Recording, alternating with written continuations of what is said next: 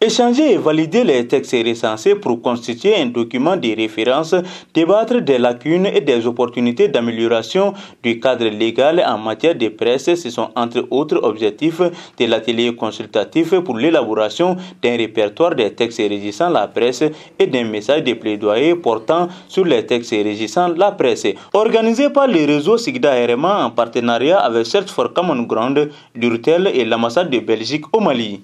L'atelier s'est tenu du 14 au 15 mai 2025 à la Maison de la Presse de Bamako.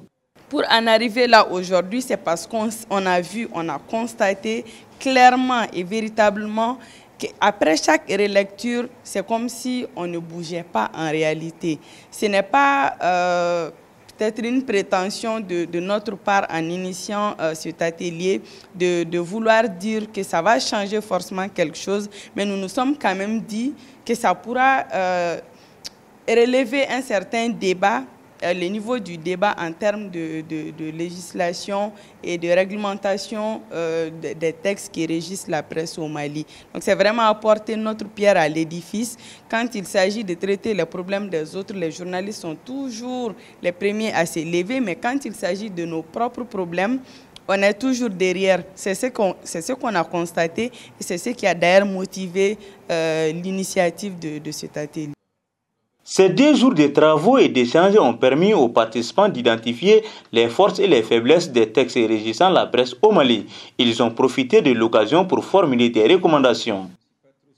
L'adoption d'une loi régissant les services privés de communication audiovisuelle prenant en compte le fonds d'appui à la production cinématographique et les fins de promotion de la production des œuvres audiovisuelles ainsi que les modes de paiement et de redevance des droits et taxes. Le bannissement des saisies administratives avant un avis judiciaire ou de la HAC. L'augmentation du nombre de journalistes siégeant à la commission de la carte de presse. La dotation de la commission de la carte de presse d'un secrétariat et d'un siège.